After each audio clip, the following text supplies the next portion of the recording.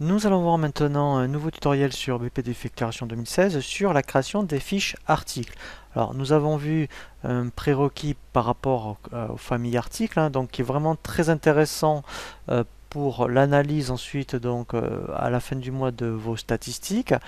Et ensuite, donc, après avoir créé les familles, on arrive à la création des articles, où on va voir deux types d'articles. Des articles de type bien par rapport, eh bien, lorsque vous faites du négoce, c'est-à-dire que quand vous achetez pour vendre, ou des articles de type service.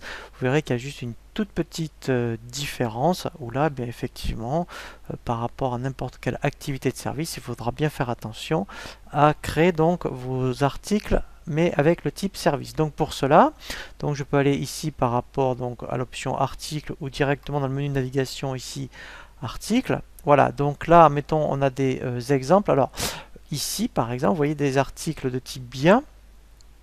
En fait, donc d'où l'intérêt aussi d'avoir créé des unités de vente, vous allez voir. Donc quand vous créez un article, ici il faudra bien faire attention à indiquer le type. Voilà. Ensuite, après, eh bien, la famille. Donc là, on a vu tout à l'heure par rapport, on va voir la famille Ciel ou EBP par exemple.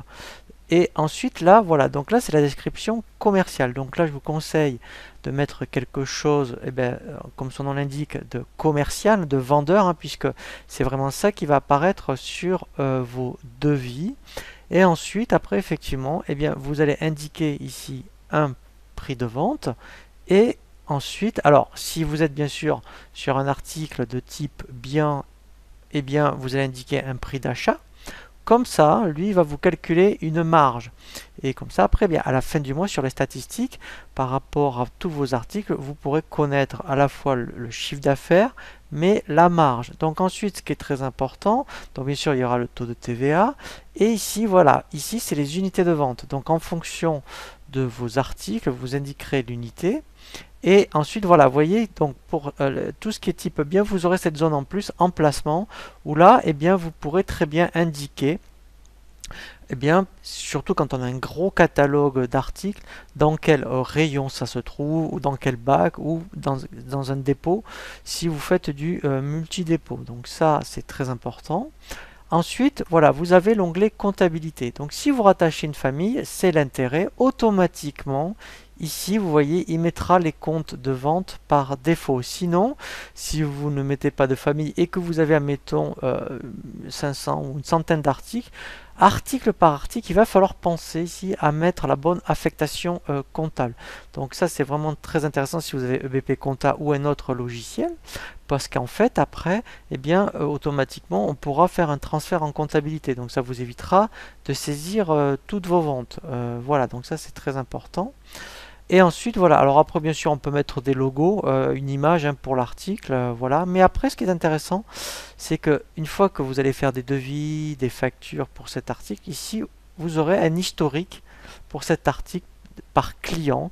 Vous saurez exactement, alors après, on retrouve ces historiques, on le verra dans les impressions, mais là, directement, on peut savoir, mettons, alors là, peut-être qu'il n'y a rien, mais voilà, vous voyez, mettons, voilà, on peut savoir pour les factures, vous voyez, pour chaque client pour lequel vous avez, admettons, vendu cet article. Voilà, donc soit au niveau des devis, des factures, voilà, donc ça c'est intéressant pour les historiques clients. Et après, eh bien déjà ici, alors on y reviendra sur ces notions de statistiques, mais déjà à partir d'une fiche article, eh bien vous pourrez consulter des statistiques. Voilà.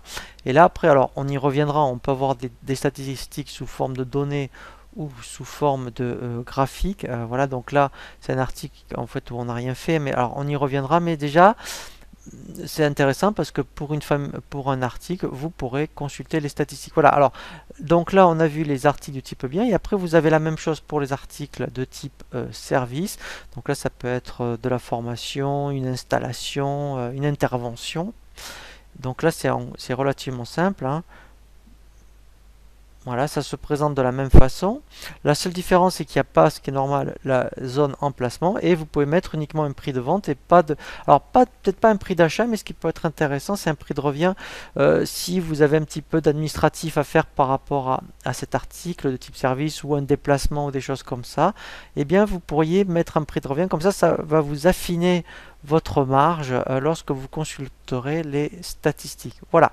Donc voilà, donc là pour voilà pour la création article. Et donc ensuite, nous allons voir sur le même principe maintenant par rapport au client, un tutoriel sur la famille client et ensuite sur les fiches clients.